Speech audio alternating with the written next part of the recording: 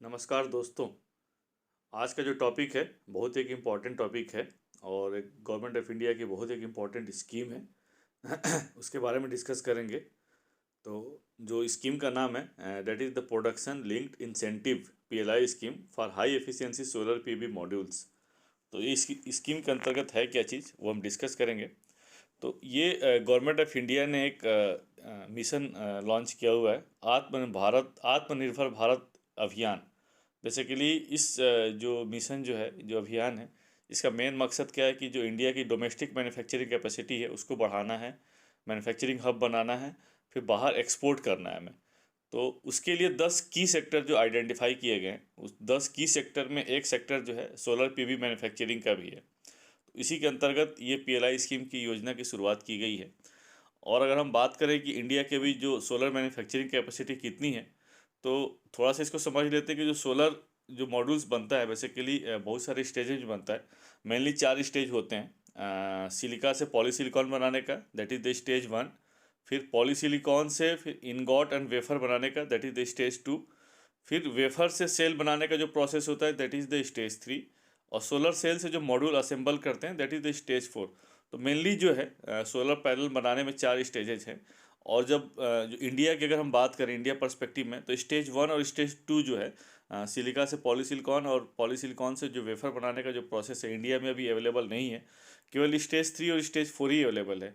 अगर हम स्टेज 3 में भी बात करें तब भी मैन्युफैक्चरिंग कैपेसिटी जो इंडिया की है वो भी काफ़ी कम है, 2.5 गीगावाट है। और जो मॉड्यूल की कैपेसिटी है, सोलर सेल से जो मॉड्यूल बनाने की कैपेसिटी है, वो 10 गीगावाट के आसपास है।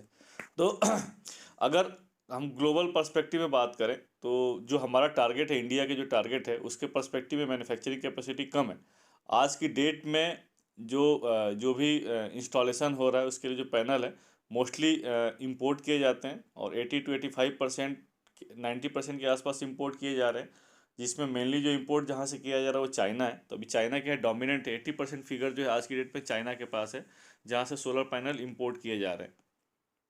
तो ये इस चीज़ को कंसीडर करते हुए जो भी 10 की सेक्टर बताया कि एक सेक्टर ये भी रखा गया है, तो इसको इंक्लूड किया गया है। तो इसमें बहुत सारे फैक्टर हैं। डोमेस्टिक मैन्युफैक्चरिंग कैपेसिटी तो है ही, जो एनर्जी ट्रांजिशन का जो हमारा टारगेट है, गवर्नमेंट ऑफ इंडिया जो इंडिया का जो टारगेट है, उसको उसमें कहीं वो हिंड्रेंस ना हो, इसलिए मैन्युफैक्चरिंग को भी बढ़ाना है। तो इस स्कीम की जो शुरुआत है बेसिकली मई 2011 में, आत्मनिर्भर अभियान का तो पहले ही इनिशिएटिव हो गया था। फाइनली जो स्कीम जो लॉन्च की गई थी मई 2021 में लॉन्च की गई थी।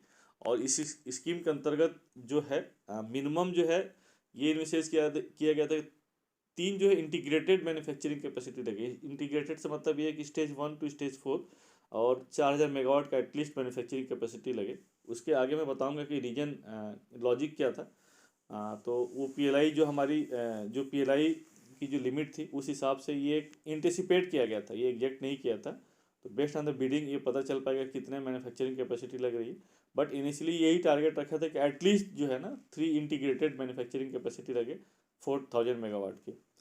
जो इस स्कीम के अंतर्गत जो फाइनेंशियल आउटले है जो गवर्नमेंट ऑफ इंडिया जो है सीएफए प्रोवाइड करेगी, 4500 करोड़ है। और इसमें ये भी एक प्रोविज़न रखा गया था कि अगर गवर्नमेंट ऑफ इंडिया जो है दोबारा अगर इसमें बजट अप्रूव्ड हो जाता है, एक्सटेंड कर दिया जाता है, तो जो स्कीम का आउटलेट अपने आप बढ़ जाएगा। और इस स्कीम को इम्प्लीमेंट कर रही है IRDA, Indian renewable energy development agency, जो कि ministry of new and renew energy के एडमिनिस्ट्रेटिव कंट्रोल में आती है।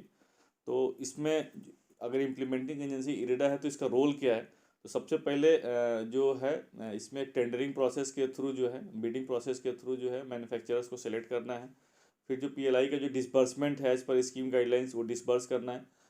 इसमें 5 साल तक पीएलआई डिसबर्स करना है, तो ईयरली बेसिस पे पीएलआई डिसबर्स किया जाएगा। और क्राइटेरिया जो है जो पीएलआई डिसबर्समेंट के समय जो इसमें कुछ कंडीशंस है कि पैनल कैपेसिटी मिनिमम इतनी होनी ही चाहिए, उन सब चीज़ों को इंश्योर करना, इंस्पेक्शन करना। तो ये सब जो है इम्प्लीमेंटिंग एजेंसी का रोल है। अब सिलेक्शन कैसे किया जाएगा मैन्युफैक्चरर्स का, तो through transparent bidding process selection किया जाएगा। और इसमें 3 मेजर क्राइटेरिया है। एक extent of integration, extent of integration से मतलब मैंने बताया ना कि आप जितने सारे स्टेजेस हैं, मतलब मान लीजिए चारों स्टेजेस कोई अगर लगाना चाहता है तो उसको that is the extent of integration. तो जितनी आप इंटीग्रेटेड कैपेसिटी लगाएंगे उसमें आपको बिडिंग में आपको एडवांटेज दिया जाएगा। मैन्युफैक्चरिंग कैपेसिटी, हालांकि इस स्कीम में बोला गया कि मिनिमम मैन्युफैक्चरिंग कैपेसिटी 1000 मेगावाट होना चाहिए, और जितना ऊपर लगाए जाएंगे तो आपको प्रेफरेंस मिलेगा। मिनिमम मॉड्यूल परफॉर्मेंस, ये तो बेसिक आपका क्राइटेरिया, इससे आप मिनिमम जो एफिशिएंसी है, मॉड्यूल एफिशिएंसी, उससे कम का पैनल बनाएंगे तो आपको पीएलआई से डिस्क्वालीफाई कर दिया जाएगा। तो आपको जो मॉड्यूल एफिशिएंसी है और जो टेम्परेचर कोफिशिएंट है, that is the part of module efficiency समझ लीजिए, उसको आप उतना मिनिमम मेंटेन करना ही पड़ेगा। और ऑलरेडी मैंने बता ही रखा है कि सोलर मैन्युफैक्चरिंग के क्या क्या स्टेजेस होते हैं। अब इंटर से रैंकिंग, इंटर से रैंकिंग क्या है बेसिकली, तो जो सिलेक्शन का प्रोसेस है, तो एक नंबरिंग सिस्टम दिया हुआ कि एक्सटेंट ऑफ इंटीग्रेशन, अगर चारों स्टेजेस आप करना चाहते हैं तो दैट इज उसके लिए आपको 50 मार्क्स मिलेंगे, उससे कम करेंगे तो 35 मार्क्स, फिर उसके बाद 20 मार्क्स। तो बेसिकली है पॉलीसिलिकॉन टू मॉड्यूल बनाएंगे तो दैट इज़ द 50 मार्क्स, फिर उसके बाद वेफर टू मॉड्यूल बनाएंगे दैट इज़ द 35 मार्क्स, फिर आप सेल और मॉड्यूल बनाएंगे दैट इज़ द 20 मार्क्स। तो ये आप इंटर से रैंकिंग आपके उसमें इंटीग्रेटेड के लिए हो जाएगा। मैन्युफैक्चरिंग कैपेसिटी में सेम ऐसे ही है, 4000 मेगावाट एंड अबव की आपका आप मैन्युफैक्चरिंग कैपेसिटी लगाते हैं तो उसके लिए आपको 50 मार्क्स मिलेगा। इसी तरीके से 500 मेगावाट आप रिड्यूस करते जाएंगे तो आपके जो 5 मार्क्स कम होते जाएंगे। तो मिनिमम जो रखा गया है यहाँ पर 1000 मेगावाट, उसके लिए आपको 20 मार्क्स है, तो 20 मार्क्स तो 50 मार्क्स उसमें वेरी करता है। अब इसके लिए क्या होगा कि फर्दर आप बिड सबमिट करेंगे तो आप बताएंगे कितने मैन्युफैक्चरिंग कैपेसिटी का प्लांट लगाना चाहते हैं और क्या आपका इंटीग्रेशन रहेगा, तो उस पर आप नंबर्स डिसाइड किए जाएंगे, फिर नंबर के बेसिस पे फिर उसमें आप पीएलआई जो कोट करेंगे उस पीएलआई के बेसिस पे फिर आपको सेलेक्ट किया जाएगा।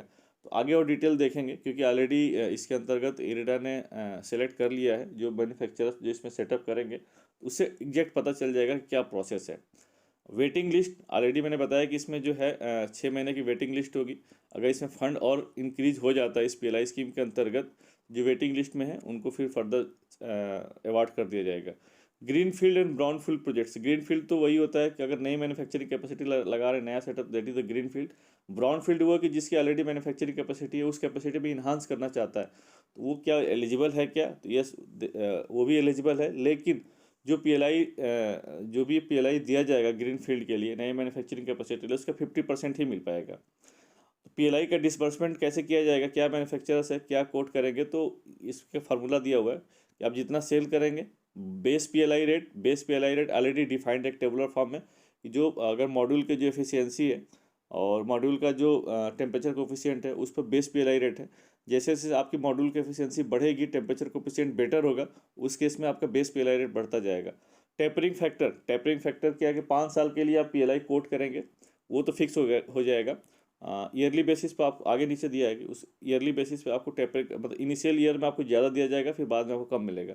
लोकल वैल्यू एडिशन, जितना आप लोकल वैल्यू ऐड करेंगे उतना ही आपको पीएलआई मिलेगा। तो that is the PLI to manufacturers, ये फार्मूला दिया हुआ है, इस बेसिस पे जो है मैन्युफैक्चरर्स जो है कोट करेंगे।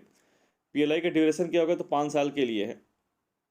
और मैक्सिमम कैपेसिटी अंडर पीएलआई जो मैंने बताया कि जो कितनी कैपेसिटी दी जाएगी, तो 50% off the bid capacity are 2000 megawatt whichever is lower.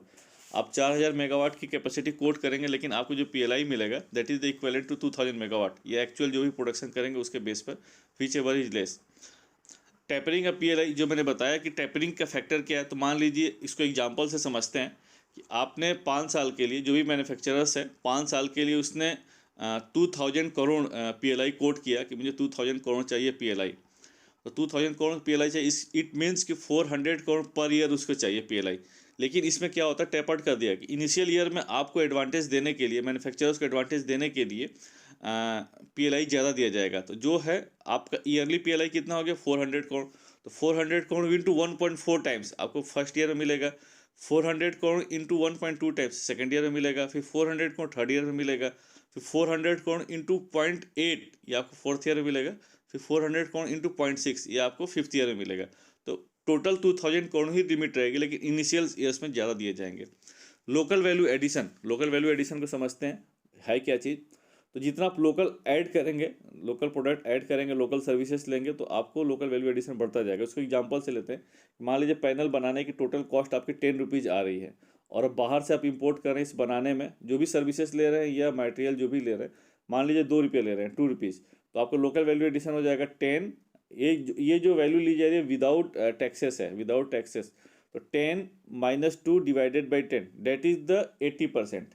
तो आपका लोकल वैल्यू एडिशन इज 80%। इसी तरीके से आपका पैनल की कॉस्ट टोटल बनाने में 10 रुपीज़ है, आप बाहर से इंपोर्ट कर रहे हैं 4 रुपीज़ इसको बनाने में, तो 10 - 4 divided by 10 that is the 60%। तो आपका लोकल वैल्यू एडिशन हो जाएगा 60%। तो आप समझ गए होंगे जितना आप कम से कम बाहर से इंपोर्ट करेंगे आपका लोकल वैल्यू एडिशन बढ़ता जाएगा। मैन्युफैक्चरिंग पीरियड, अगर आप इस PLI स्कीम के अंतर्गत जो मैन्युफैक्चरर्स है उनको अवार्ड कर दिया जाता है, तो उसके लिए भी टाइम लिमिट है कि इस पर्टिकुलर टाइम पीरियड में आपको प्रोजेक्ट कंप्लीट करने पड़ेंगे, मैन्युफैक्चरिंग कैपेसिटी लगानी पड़ेगी। तो जो टोटल फुली इंटीग्रेटेड प्लांट है, पॉलीसिलिकॉन टू मॉड्यूल जो है उसके लिए 3 साल का दिया गया है, फिर वेफर टू मॉड्यूल उसके लिए 2 साल का दिया गया है, फिर सेल एंड मॉड्यूल उसके लिए 1.5 ईयर्स का दिया गया है। इसमें कि ये भी है कि अगर आप डिले करते हैं तो जो आपका टोटल ड्यूरेशन है 5 ईयर्स का PLI उसमें से माइनस हो जाएगा। मान लीजिए जो फुली इंटीग्रेटेड प्लांट कोई किसी कंपनी को अवार्ड हो जाता है, उसको 3 साल में कंप्लीट करना है और वो डिले कर जाता है 6 मंथ का, फोर्स मेजोर अगर कैटेगरी नहीं है, तो उस केस में जो टोटल PLI डिस्पर्स किया जाएगा उसको 4.5 ईयर्स के इक्वलेंट ही PLI डिस्पर्स किया जाएगा।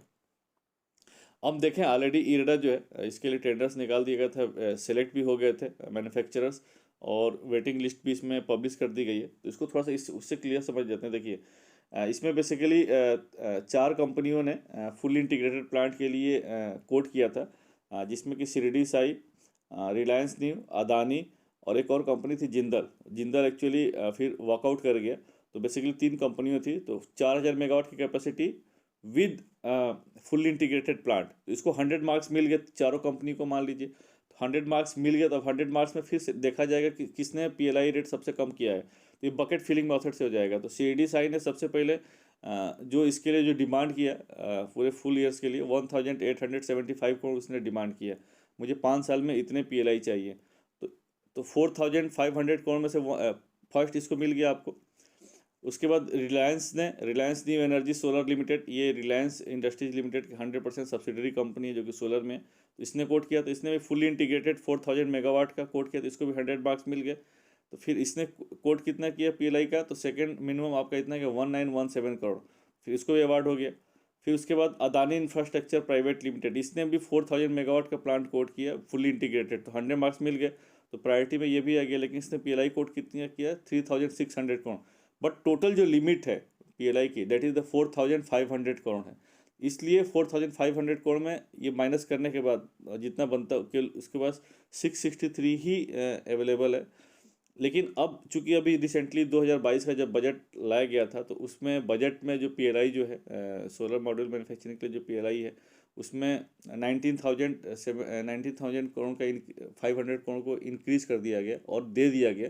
तो जितने सारी वेटिंग लिस्ट में हैं तो सारी कंपनियों को आई होप कि सबको मिल जाएगा इरिस्पेक्टिव ऑफ कोटेशन, क्योंकि जो जितनी कंपनियों ने जो कोट किया है उस कोट अगर आप देखेंगे PLI जितना कोट किया है उसको अगर ऐड करते हैं तो जो जो जो अप्रूव्ड जो हुआ है, जो बजट में अनाउंसमेंट हुआ है उससे भी कम है, तो सारी कंपनियों को इसमें अवार्ड मिल जाएगा।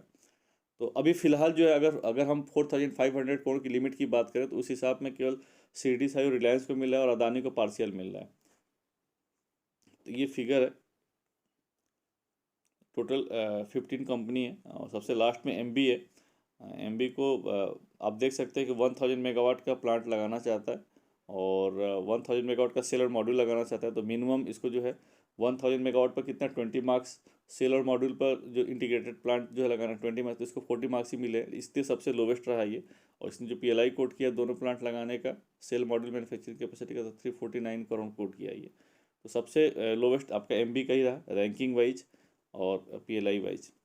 तो होप दोस्तों ये जो PLI स्कीम पर जो मैंने बनाया है वीडियो आपको अच्छा लगा होगा। अगर सही लगा होगा तो आप लाइक करिए, सब्सक्राइब करिए। फिर आपसे मिलते हैं एक नेक्स्ट वीडियो में। थैंक यू, जय हिंद।